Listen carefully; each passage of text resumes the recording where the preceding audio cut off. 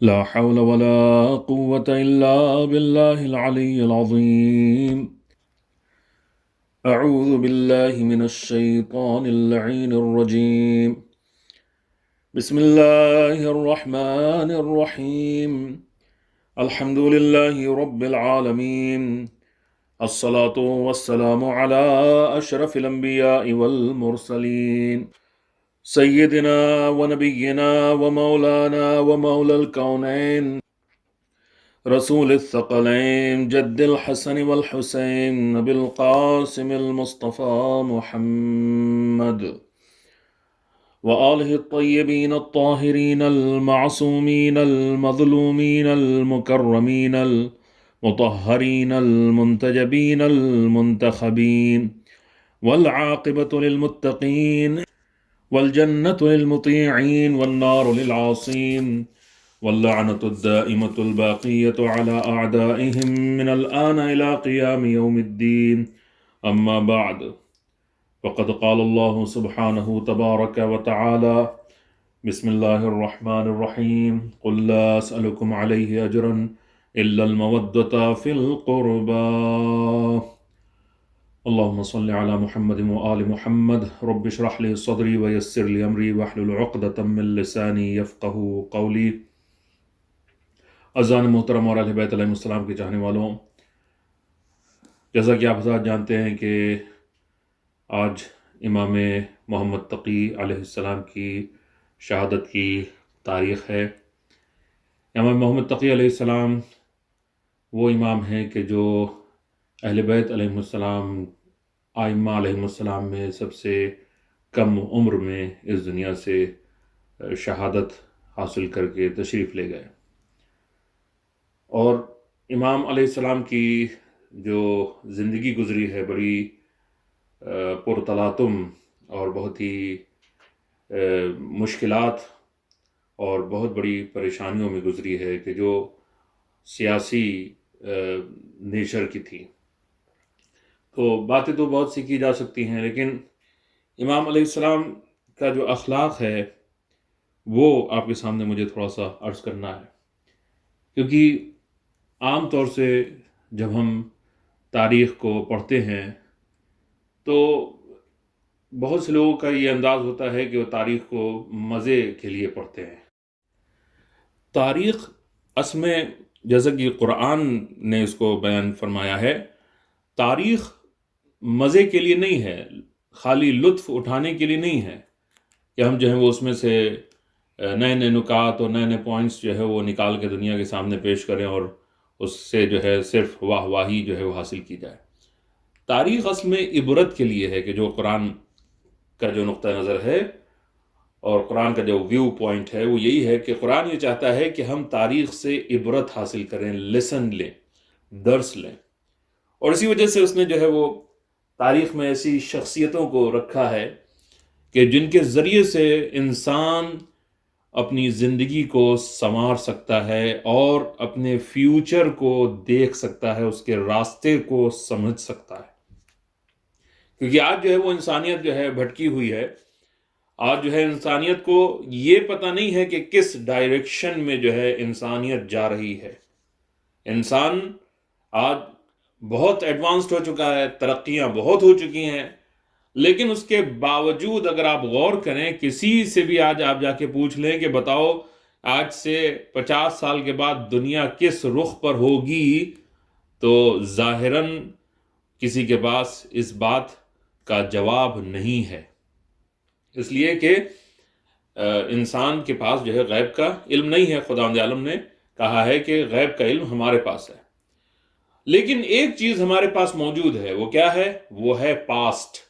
وہ ہے ہسٹری، وہ ہے گزشتہ لوگ جو جا چکے ہیں، گزشتہ قومیں کہ جو جا چکی ہیں، ان کے آثار ہمارے سامنے موجود ہیں، ان کی بنائی ہوئی عمارتیں، ان کی بنائی ہوئی بلڈنگز، ان کے بنائے ہوئے محل، ان کے بنائے ہوئے نہ جانے کیا کیا وہ چیزیں کہ جن کا تصور بھی جو ہے انسان نہیں کر سکتا ہے، پرانی قوموں نے ان کو بنا کے ہمارے سامنے پیش کیا ہے اور وہ چھوڑ کے چلے گئے۔ ابھی ریسنٹ ہسٹری میں آپ جو ہے وہ تاج محل کو دیکھ سکتے ہیں، ریسنٹ ہسٹری میں جو ہے وہ بہت سی ابھی کی جو عمارتیں بنائی ہوئی ہیں وہ سب جو ہے آپ دیکھ سکتے ہیں کہ انسانوں نے اس کو کس طریقے سے بنایا اور کس کے لیے بنایا، اور پھر آخر میں کیا ہوا، نہ تو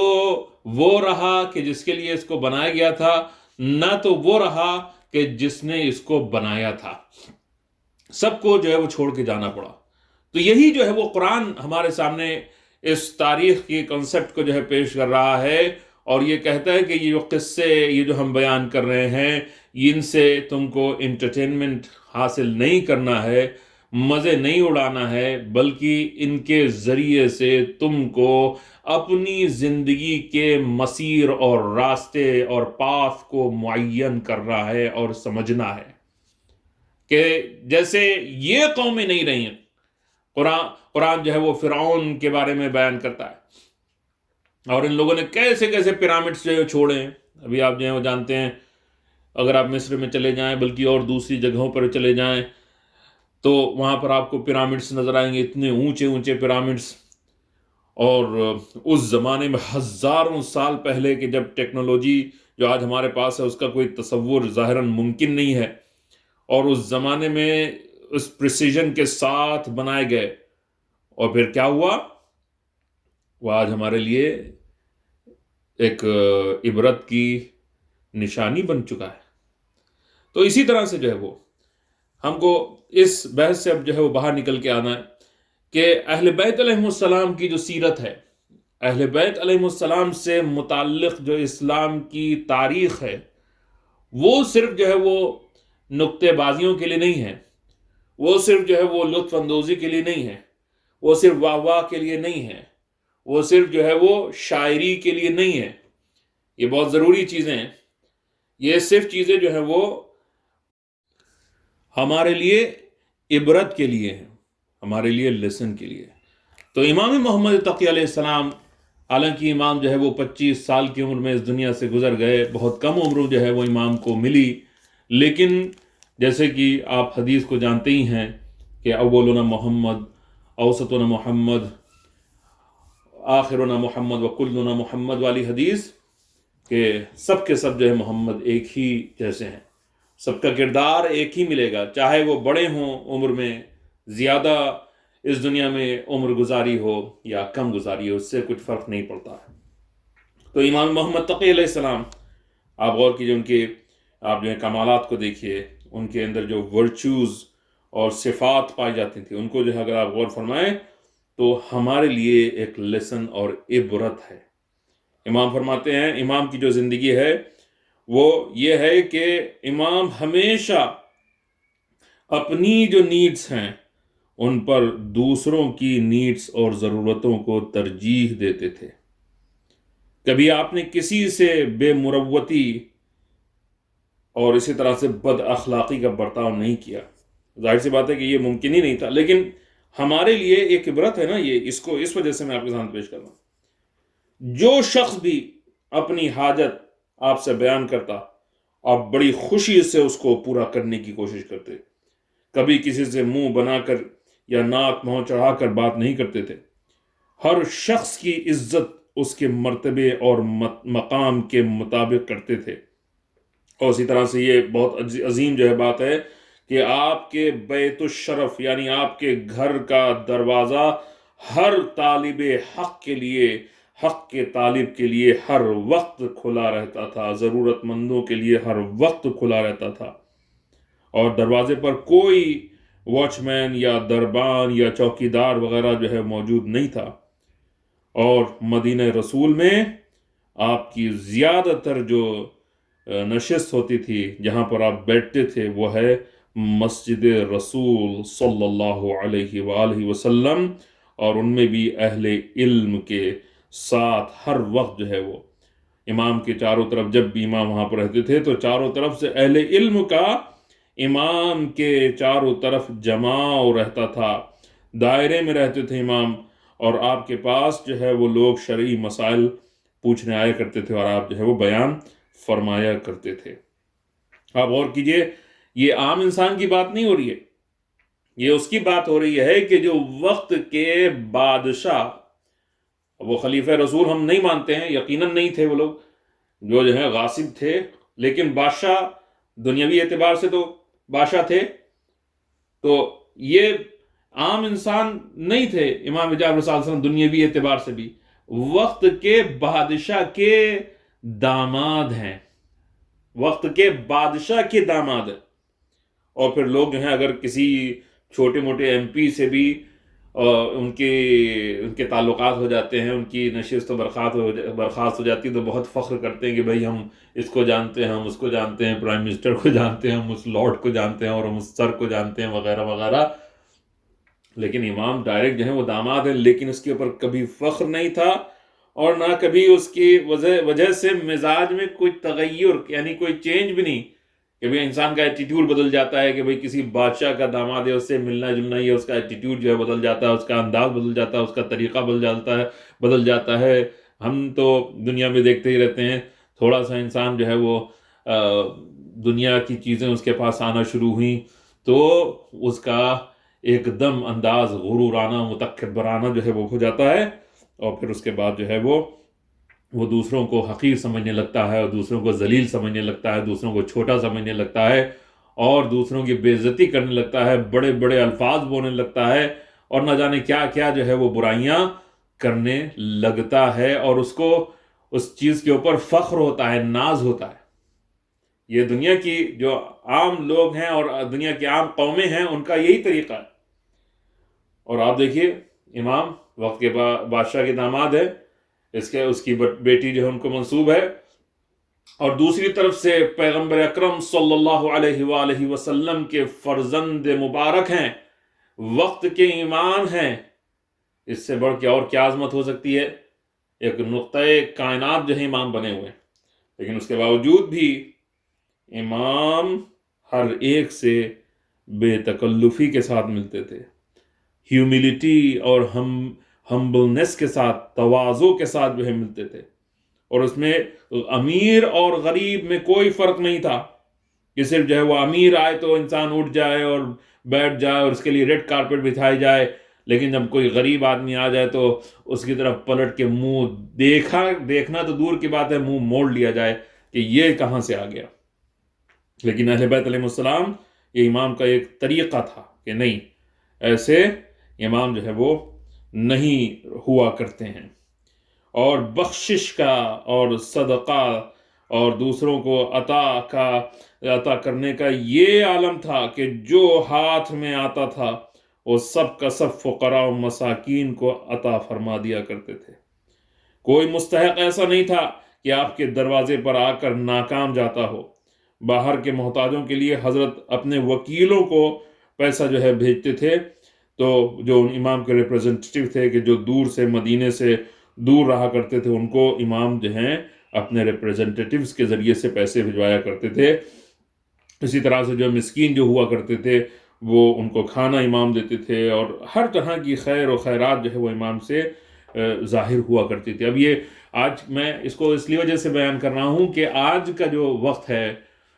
وہ بہت سخت جو ہے وقت چل رہا ہے انسانیت کے اوپر، ہر قوم کے اوپر وقت پڑا ہے، اور بہت سے ایسے ہیں کہ جو واقعاً اپنی عزت کے مارے دوسرے کے سامنے ہاتھ نہیں پھیلا رہے ہیں، اپنی عزت کی وجہ سے، اپنی عزت کو بچانے کے لیے جو ہے بھوک برداشت کر رہے ہیں یا پریشانیوں میں گزار رہے ہیں۔ صرف پیٹ نہیں ہوتا ہے، اس کے علاوہ بھی بہت سی اور ضرورتیں انسان کی ہوا کرتی ہیں، تو دوا علاج کے لیے انسان کو پیسے چاہیے ہیں، اور دوسرے اخراجات کے لیے جو ہے وہ پیسے چاہیے ہیں، لیکن جو ہے انسان کے پاس ہو سکتا ہے کہ نہ ہو۔ تو اگر آج ہم اپنے اسلام اور مومن ہونے کا ثبوت پیش کرنا چاہتے ہیں، ایمان کا ثبوت پیش کرنا چاہتے ہیں، تو آج یہی وقت ہے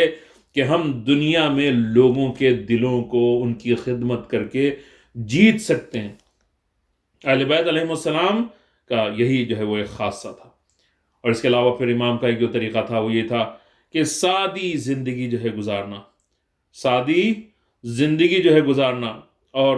امام جو ہے کبھی ایسا ہوا کہ ایک دم سادے کپڑے پہن کے دربار تک میں جو ہے وہ چلے گئے، تو اب جو ہے وہ جب جو ہے امام جو ہے جایا کرتے تھے تو لوگ کبھی کبھی یہ کہتے تھے کہ بھئی یہ یہاں کی شان کے مطابق نہیں ہے، تو امام یہ فرماتے تھے کہ اگر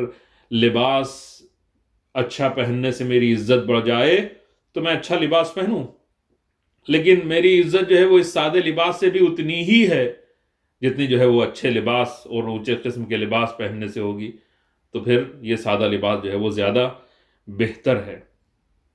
بہرحال بہت سی جو ہے وہ اور بھی امام کی سیرت کے نمونے پائے جاتے ہیں کہ جو اگر بیان کیے جائیں تو اس میں وقت جو ہے اور لگے گا.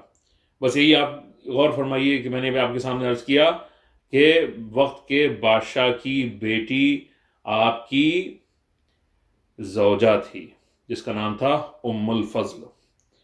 اور ام الفضل کا نکاح جو ہے وہ یوں سمجھ لیجئے کہ زبردستی ہی صحیح، زبردستی یعنی مامون رشید نے زبردستی کروایا تھا آپ کے ساتھ. اور امام لیکن امام کو اس عورت نے بہت زیادہ مصیبتوں میں ڈالا اور بہت زیادہ اخلاقی اعتبار سے یہ ایک پست جو ہے وہ عورت تھی. لیکن امام علیہ السلام کی خدمت میں اتنے سال رہی، اس کے باوجود بھی اس کے دل میں امام کی محبت پیدا نہیں ہوئی. تعجب کی بات جو ہے وہ یہ ہے، کیونکہ جو اب یہی بات ہے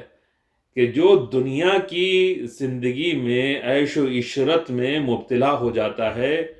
اور خواہشیں اور شہوتیں اس کے اندر پیدا ہو جاتی ہیں، تو وہ چاہے وقت کے امام کے ساتھ اس سے یعنی منسوب ہی کیوں نہ ہو، یعنی اس سے شادی ہی کیوں نہ ہوئی ہو، یعنی اس سے بھی قریبی زیادہ کوئی رشتہ ہو سکتا ہے؟ بھئی یہی ایک غیر انسان کا ایک امام کے ساتھ شادی کے ذریعے سے سب سے نزدیکی رشتہ جو ہے یہ ہو سکتا ہے، لیکن اتنا قریبی رشتہ ہونے کے باوجود بھی اس کے دل میں امام کی محبت پیدا نہیں ہوئی. اور اس کے اندر جو ہے وہ روایت بتاتی ہے کہ بڑی بد دماغی تھی، ہمیشہ جو ہے وہ کچھ نہ کچھ جو ہے عیب جوئی کرتی رہتی تھی، اور امام کی بدخواہی یعنی امام کی برائی پر جو ہے وہ کمر بستہ رہتی تھی، اور جھوٹی شکایتیں اپنے رشتہ داروں سے اور خاص طور سے اپنے باپ سے جو ہے وہ کیا کرتی تھی. لیکن جب تک کہ مامون زندہ رہا اس نے اس چیز کے اوپر جو ہے وہ توجہ نہیں کی، اور اس سے یہی کہا کہ یہ بہت عظیم جو ہے وہ شخصیت ہے جس کے ساتھ تمہاری میں نے شادی کی ہے. لیکن جب مامون اس دنیا سے چلا گیا تو اس کا بھائی معتصم برسر اقتدار آیا، یعنی حکومت اس کو ملی، تو اس نے اپنے چچا کو، پھر اس عورت نے جو ہے وہ اپنے چچا یعنی معتصم کو جو ہے وہ خط لکھنا شروع کیے. معتصم نے شروع میں تو بہت توجہ نہیں دی، لیکن پھر دھیرے دھیرے جو ہے وہ جب اس نے بہت زیادہ شکایتیں کرنا شروع کی تو وقت کے حاکم، اس وقت کے جو مدینہ کا حاکم تھا اس کا نام تھا عبد الملک، اس نے جو ہے وہ اس کو خط لکھا عبد الملک کو معتصم نے، اور امام صادق علیہ السلام امام محمد تقی علیہ السلام کو یہ کہا کہ بہت جلد بغداد آ جائیں. بہرحال امام جو ہے وہ یوں سمجھ لیجئے کہ زبردستی بغداد جو ہے مدینے سے تشریف لے گئے. لیکن جب امام گئے تھے تو اپنے بیٹے امام علی نقی علیہ السلام کو چھوڑ کے گئے تھے، اور ان کی والدہ کو چھوڑ کے گئے تھے. اور اسی کا اس کو ام الفضل کو بہت سخت جو ہے وہ دشمنی اس کی وجہ سے بھی پیدا ہو گئی تھی، کیونکہ یہ بانجھ تھی اور اس سے کوئی اولاد جو ہے نہیں ہو سکتی تھی. تو امام نے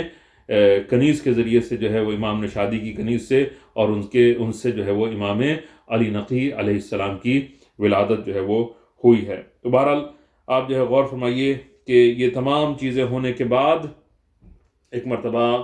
جب ایک عرصہ گزرا تو اس نے پھر اور شکایتیں جو ہے وہ کرنا شروع کی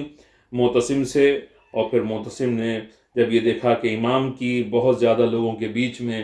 ایک امام کا شرف ہے، ان کی عزت ہے، احترام ہے، تو اس کو اور زیادہ حسد ہوا، اور اس نے جو ہے وہ چاہا کہ امام کی زندگی کے چراغ کو گل کر دے. لیکن اس کا راستہ جو ہے وہ اسی ام الفضل کے ذریعے سے ہی تھا. تو بہرحال اس نے پھر شکایت کی تو معتصم نے کہا کہ میں تم کو کچھ ایک زہر لا کے دیتا ہوں، اور اس کے ذریعے سے تم جو ہو ان کے کھانے میں اس کو ملا دینا. اور پھر یہی روایت بتاتی ہے کہ اس نے اس کو زہر جو ہے وہ لا کے دیا، اور پھر اس کے بعد اس ملونہ نے امام علیہ السلام کو زہر دغا دے دیا. تو اب یہ لکھا ہے کہ ایک روز جو ہے معتصم نے ام الفضل کو اکیلے میں جو ہے بلا کر کہا، بھتیجی ہے اس کی، کہ میں دیکھ رہا ہوں کہ امام محمد تقی علیہ السلام کا برتاؤ تمہارے ساتھ اچھا نہیں ہے،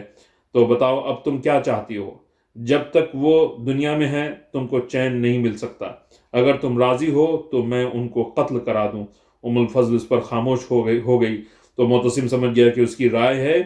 اس سے کہا اب میں اس چیز کی تدبیر کرتا ہوں، اور اس کے بعد اس نے بہت ہی سخت قسم کا قاتل زہر الفضل کو لا کے دیا اور کہا کہ اس کو کھانے میں ملا کر اپنے شوہر کو کھلا دے۔ چنانچہ اس ملعونہ نے ایسا ہی کیا۔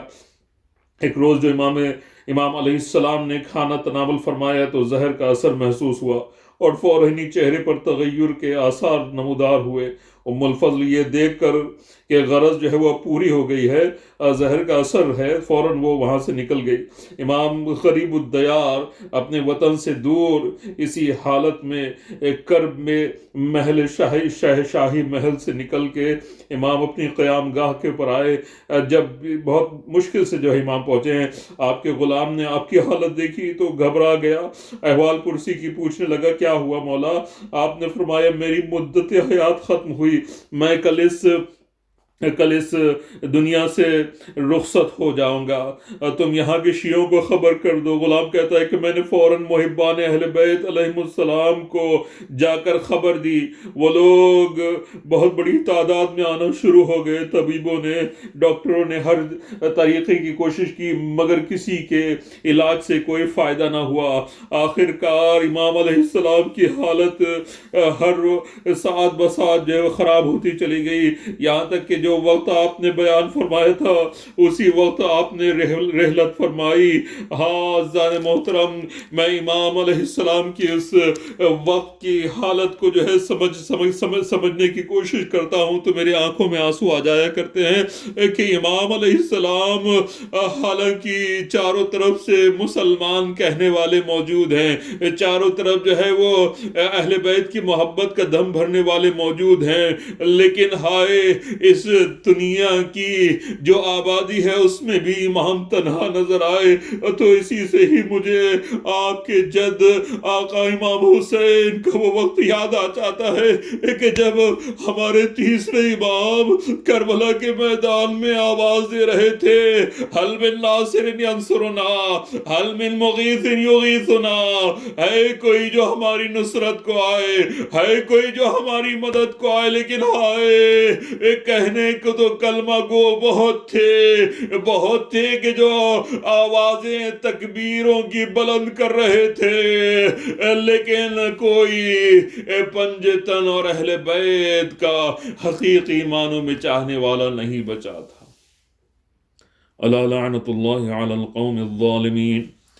وسيعلم الذين ظلموا أي منقلب ينقلبون إنا لله وإنا إليه راجعون۔